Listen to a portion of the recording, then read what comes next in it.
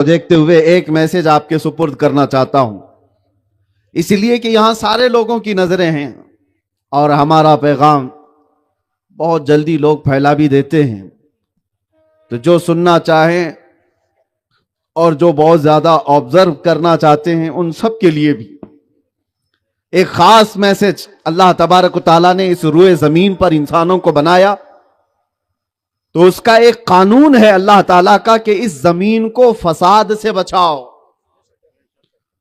اللہ تبارک و تعالیٰ نے فساد کرنے کے لیے نہیں بھیجا انسانوں کو، لیکن انسان قتل و غارت، مار دھاڑ، چوری، لوٹ، یہ ساری چیزوں میں ملوث ہے۔ ان لوگوں کو صحیح راستے پر لانے کے لیے ہی تو اللہ تعالیٰ اپنے نبیوں کو بھیجتا رہا کہ ان کو سیدھا راستہ دکھایا جائے، یہ انسان پر ظلم نہ کرے۔ اور قرآن پاک میں ایک دو جگہ نہیں، کئی جگہوں پر اللہ تعالیٰ نے فرمایا انہو لا یحب الظالمین، اللہ ظلم کرنے والوں کو پسند نہیں کرتا، ظالموں کو اللہ تبارک و تعالیٰ پسند نہیں کرتا۔ اور آج میں یہی پیغام دینا چاہتا ہوں کہ ظالم ہوتا کون ہے؟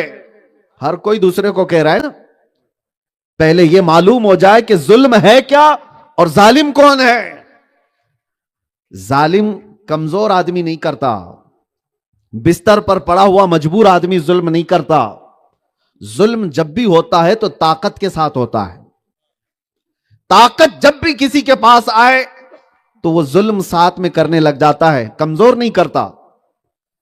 اب طاقت کس طرح کی ہے؟ تین طرح کی طاقت آدمی کے پاس آتی ہے، ایک جسم کی طاقت، ایک مال کی طاقت، اور ایک پاور کی، منصب کی طاقت۔ یہ تینوں طاقتیں اگر کسی کو ساتھ مل جائیں اور پھر وہ بہکا نہیں تو ٹھیک ہے، بہک گیا تو پھر فرعون بن جاتا ہے۔ وقت کا جو فرعون بنتا ہے وہ ان تین طاقتوں کے ساتھ۔ آپ کو پتا ہے جس فرعون کا ذکر ہم اکثر کرتے ہیں زمانے موسیٰ علیہ السلام کا، اس کو 90 سال تک تو سردی بخار بھی نہیں آئے، کبھی بیماری نہیں ہوا تھا، جسمانی اعتبار سے اتنا مضبوط تھا کہ 1000 لوگوں سے تنہا لڑ سکتا تھا، 1000 لوگوں سے اکیلا مقابلہ کر سکتا تھا۔ تو طاقت کا نشہ جب چڑھ جاتا ہے تو پھر وہ اپنی طاقت کا غلط استعمال کرنے لگتا ہے۔ فرعون کے پاس مال بھی بہت زیادہ، فرعون کے پاس منصب بھی بادشاہ کا تھا، 1-2 سال نہیں، سالوں تک وہ کرسی پر بیٹھا رہا بادشاہ۔ تو پاور بھی آ جائے، مال بھی آ جائے اور جسمانی طاقت بھی آ جائے، تب آدمی ظلم شروع کرتا ہے۔ آج اللہ نے اگر آپ کو طاقت عطا کیا ہے تو سب سے پہلے اپنے آپ کو ظلم سے بچاؤ، ظلم سے بچاؤ۔ ظلم کیا چیز ہے پتہ ہے؟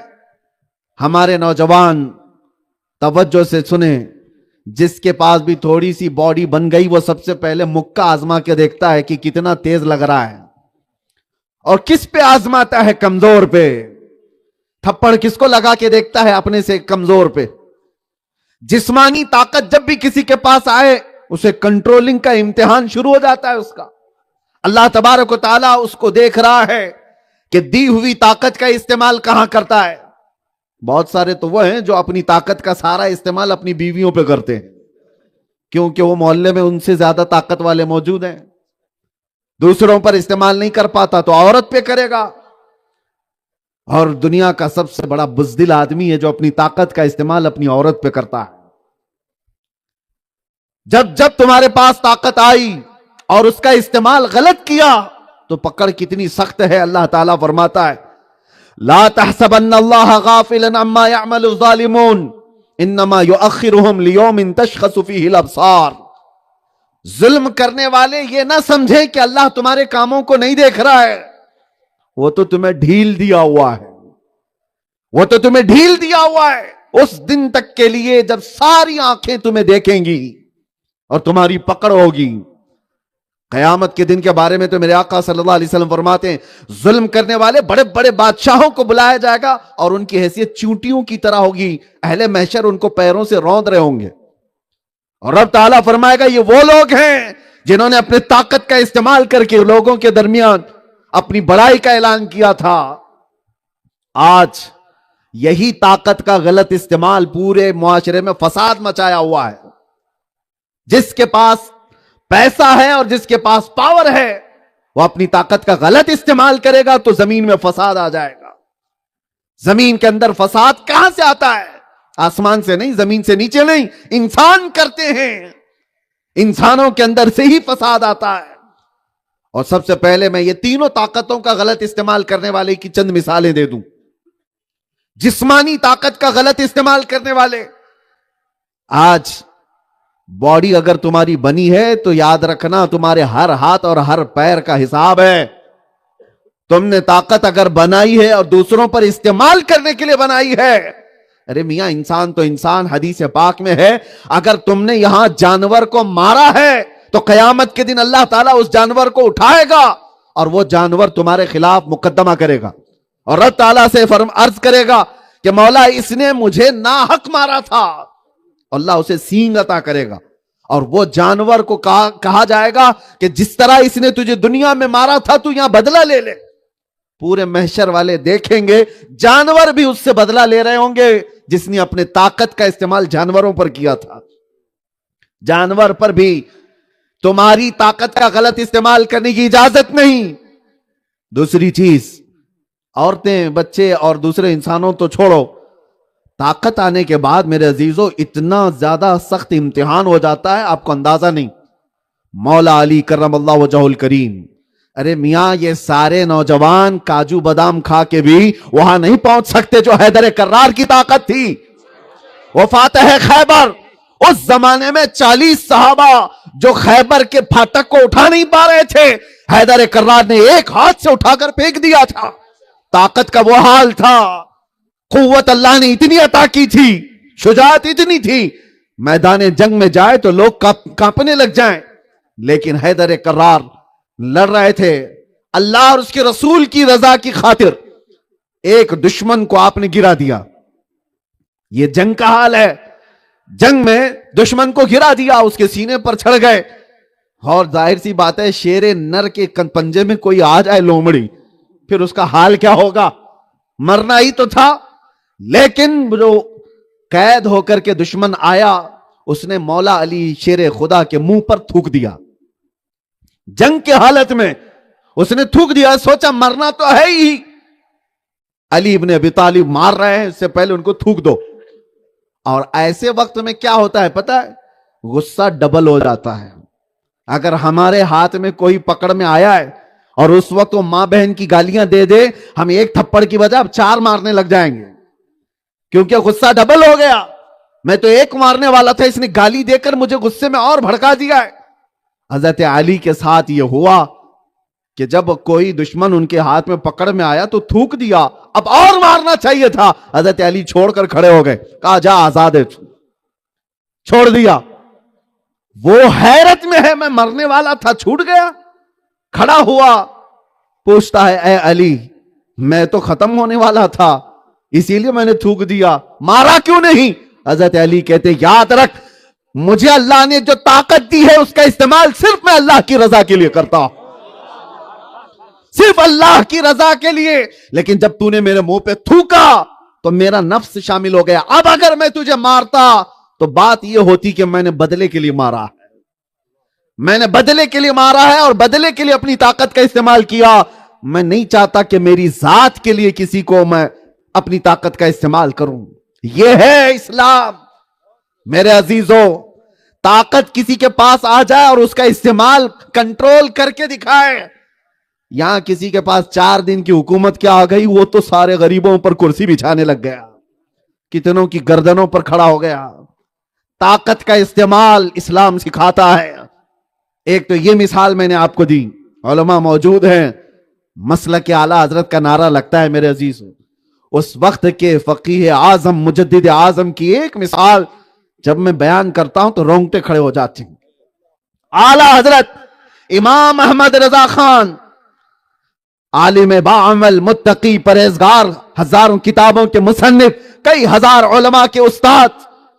لیکن آپ کے ساتھ ایک بار ایک واقعہ پیش آیا، عرض کرتا ہوں. طاقت کا استعمال کہاں ہو؟ مسجد میں رمضان کا مہینہ آتے ہی آپ اعتکاف میں بیٹھ جاتے تھے. اعلیٰ حضرت اعتکاف میں بیٹھتے اور اعتکاف کی حالت میں بھی آپ کا لکھنے پڑھنے سے تعلق زیادہ تھا. دن بھر روزہ، افطار کے بعد پھر تلاوت اور پھر تراویح. لیکن ایک بات ہے کہ اعلیٰ حضرت کے گھر سے جو کھانا آتا تھا توشہ لے کر، ایک 12 سال کا لڑکا تھا، روزانہ کھانا لایا لے جایا کرتا تھا. روز افطاری کا کھانا آ جاتا مسجد میں. اعلیٰ حضرت کے متعلق فرمایا کہ آپ کو پان کھانے کی عادت تھی، اور افطاری کرنے کے بعد جو پان والے لوگ ہیں ان کو جلدی پان چاہیے. پان والے علماء جانتے ہیں کتنی جلدی ان کو پان چاہیے.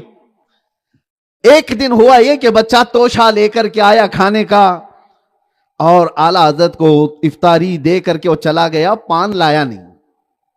اور پان آیا نہیں، آدھا گھنٹہ پورا ہو گیا. اذان ہونے کے قریب وہ لڑکا بھاگتے ہوئے آیا اور کہا میں بھول گیا تھا. اعلیٰ حضرت نے ایک تھپڑ لگایا، کہاں رہ جاتا ہے. پان لیا اور کھائے.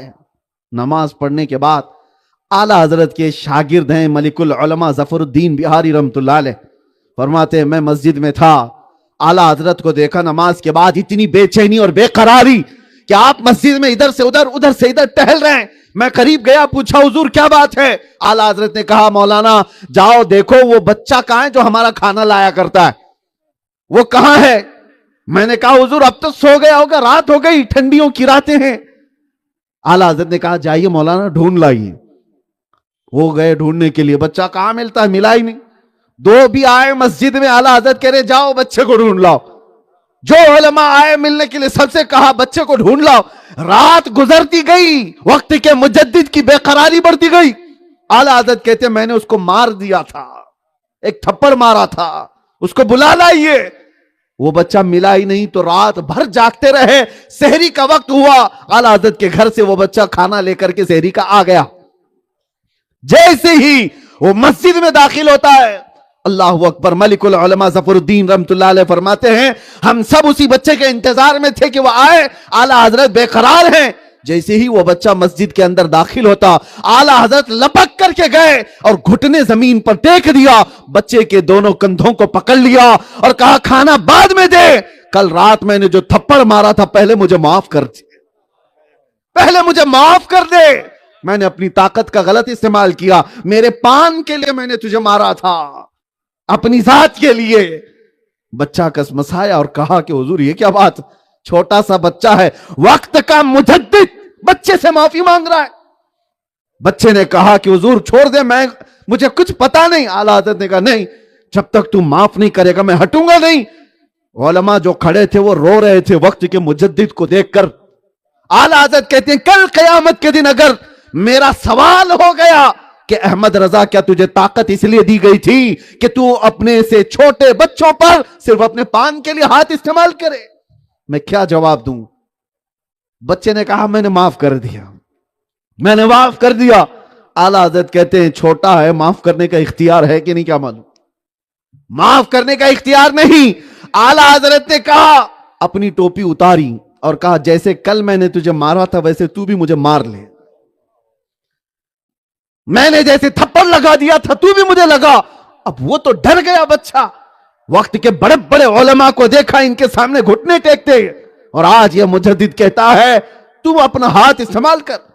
وہ جب ڈرنے لگا تو اعلیٰ حضرت نے خود اس کا ہاتھ پکڑا اور اپنے سر پر مارا، اور اس کے بعد کھڑے ہو گئے، کہا برابر ہو گیا، مجھے سکون ہو گیا، میں نے اپنے پان کے لیے ہاتھ اٹھا دیا تھا.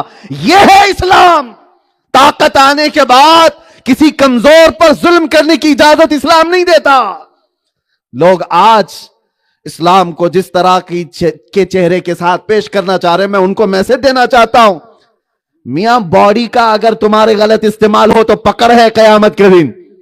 بعد میں جو طاقت آتی ہے وہ مال کی، ارے مال تو ایسا ہے یہ سب سے زیادہ چربی یہی لاتا ہے. ہاں دیکھو جس سیٹ کے پاس پیسہ آ گیا وہ سب سے پہلے دین کا ہلکا پن محسوس کرتا ہے، دین کا مذاق اڑانے لگا. اے مولوی لوگ یہ تو یتیم لوگ ہیں، ان کے ساتھ تھوڑی نہ ہمارا ملتا ہے، ہمارا اسٹیٹس بڑا ہے. مال کی چربی آئی اسے پتا ہی نہیں. اور تو اور خاندانی امیر تو اور ہیں، جو نئے نئے ہوتے ہیں ان کے نخرے اور ہیں، ان کے نخرے تو بہت اور ہیں. یاد رکھو مال جب کسی کے پاس آئے تو اس کا جب غلط استعمال کرتا ہے آدمی تو ظلم بڑھتا ہے، وہ کمزوروں کا سب ہڑپنا چاہتا ہے، ہر کمزور کے مال پر اس کا قبضہ، جتنا بھی اس کے پاس ہے وہ دوسری کی پراپرٹی پہ نظر. ظلم یہاں سے شروع ہے، ظلم یہاں سے شروع ہے. میرے عزیزو، اللہ کے نبی صلی اللہ تعالی علیہ وسلم نے ارشاد فرمایا، جس نے کسی کی ایک بالشت زمین بھی قبضہ کیا، قیامت کے دن 7 زمینیں اس کے گلے میں توق بنا کر ڈال دی جائیں گے. تم کیا سمجھتے ہو تمہارے پاس پیسہ آیا تو یہ خرچہ کر کے لوگوں کے اوپر حکومت قائم کر لو؟ آج تو پورا سسٹم ہی یہ ہے، پورا سسٹم ہی ہے. لوگ سن رہے ہوں گے تو ان کو کڑوا لگے تو مجھے فرق نہیں پڑتا. یہاں تو پورے ہارس ٹریڈنگ کہا جاتا ہے نا، جو ادھر کے ایم ایل اے خرید لیے، ادھر کے ایم ایل اے خرید لیے، ادھر کی پارٹی توڑ دیا، ادھر کی پارٹی توڑ دیا. میاں اب تو پورے گھر توڑ دیے جاتے ہیں. سب کچھ پیسہ ہے تو اس کا استعمال غلط کرو، مال ہے تو کسی کو بھی خریدو، کسی کو بھی بیچ لو. یہ ظلم کو بڑھانے والی چیز ہے. اور ایسا آدمی جب امن کی بات کرتا ہے تو حیرت ہوتی ہے، جس کے پاس ظلم ہی ظلم ہے اور وہ لوگوں کو دعوت دیتا ہے پیسفل رہو، پیسفل رہو. مجھے تو ایسا ہی لگتا ہے جیسے شیطان صبح کی نماز کے لیے جگا رہا ہے. میرے عزیزوں، ایک بات یاد رکھو، کسائی کبھی بکری کی تعریف کرتا ہے تو اس لیے نہیں ہے کہ بکری بہت اچھی لگتی ہے، اس کو کاٹنا اچھا لگتا ہے. اسی طرح سے ظالم، جس کو اللہ تبارک و تعالیٰ نے مال دیا، اب وہ ظلم کرتے ہوئے اپنے آپ کو بھی تباہ کر رہا ہے، معاشرے کو بھی تباہ کر رہا ہے. تیسرا وہ شخص جو پاور میں آ گیا، یہ تو بڑا ڈینجر ہے. اب یہاں پر بولنا ہماری ذمہ داری ہو جاتی ہے، کیونکہ یہ آخری پڑاؤ ہے. جسم کا غلط استعمال کرنے والوں کو میں بولوں گا تو سن کر کے ہو سکتا ہے وہ چھوڑ دے مجھے. مال کا غلط استعمال کرنے والوں کو بولوں گا تو ہوتا کیا ہے پتا ہے؟ وہ اپنے مال کا استعمال غلط کاموں کے لیے کر دیں گے. موسیٰ علیہ السلام نے صرف قارون سے یہ کہا تھا تیرے پاس مال بہت ہے، زکات دے دے. زکات تو نہیں دیا، لیکن ایک عورت کو خرید کے لایا اور کہا اس عورت کو کہ موسیٰ علیہ السلام کے مجمع میں میں جا کر بیٹھوں گا اور زنا کے بارے میں سوال کروں گا کہ زنا کی سزا کیا ہے. جب وہ جواب دیں گے تو اے عورت تو کھڑی ہو کر کہنا میرے پیٹ میں موسیٰ کا بچہ پل رہا ہے. مالدار یہ کرتا ہے، جب اس کو سیدھا راستہ دکھایا جائے تو وہ اس سیدھے راستے پر تو مال نہیں لانا چاہتا، لیکن الزام لگانے کے لیے، سپاری دینے کے لیے پیسے استعمال کرے گا. اور موسیٰ علیہ السلام کے خلاف ایک عورت کو لا کر ایک مالدار نے کھڑا کر دیا، قارون نے. عورت بھی آئی، مجمع بھی لگا ہوا ہے اور یہ خود کھڑا ہوا اور مسئلہ پوچھ رہا ہے، اے اللہ کے نبی، اگر کسی نے زنا کیا کسی عورت کے ساتھ تو اس کی سزا کیا ہے؟ تو آپ نے فرمایا جو سزا تھی شریعت موسوی میں کہ اسے ہلاک کر دیا جائے گا. اس نے کہا اگر آپ نے ہی کر لیا تو؟ موسیٰ علیہ السلام کو جلال آیا. اللہ کے نبی کے دامن میں پیوند تو ہو سکتا ہے، دھبا نہیں ہوگا. گناہ کا دھبا نہیں آ سکتا. آپ کو جلال آیا، کیا کہہ رہا ہے تو قارون نے اس عورت سے کہا کھڑی ہو جا. وہ عورت کو کہا اشارہ کر، پیسے پہلے سے دیا ہوا تھا، کھڑی ہو جا. تو نے کیا بتایا تھا وہ یہاں سب کو بتا. عورت کھڑی ہو گئی اور کانپتے ہوئے کہنے لگی قارون نے مجھے بے پناہ پیسہ دیا اور الزام لگانے کے لیے مجمع میں لے کر آیا. مالدار یہ سوچتا ہے کہ ساری پلاننگ اس کی چلے گی. وَمَكَرُوا وَمَكَرَ اللَّهُ وَاللَّهُ خَيْرُ الْمَاكِرِينَ. لوگ مکر کرتے ہیں، منصوبے بناتے ہیں، اور اللہ خفیہ تدبیر کرتا ہے، اور اللہ کی خفیہ تدبیر غالب آتی ہے. یاد رکھو، مال کا استعمال اگر غلط کاموں میں کرتے رہو گے تو اللہ کی تدبیر غالب آ کر رہے گی. کتنے ایسے ہم نے دیکھے پھنسانے کے لیے لوگوں کو. مال کا استعمال، رشوت دے دے کر کے پکڑوانا، جا کر کے پولیس کو پیسہ دے دو، اس کو پیسہ دے دو، اس کو پیسہ دو، دنیا بھر کی رشوت دے گا. ارے غریب کے لیے ایک روٹی نہیں دے سکتا، وہ ایک لقمہ نہیں کھلا سکتا. مال کا غلط استعمال کرنے والا ظالم. اور اسی لیے اللہ کے نبی صلی اللہ علیہ وسلم نے فرمایا، آپ سب بھی سن لو، اگر کوئی ایسے کاموں میں ملوث ہے تو توبہ کر لے. مال کا استعمال اگر ظلم کے لیے کوئی کرتا ہے یاد رکھو میرے آقا صلی اللہ علیہ وسلم فرماتے ہیں الراشی والمرتشی کلاہما فی النار، رشوت دینے والا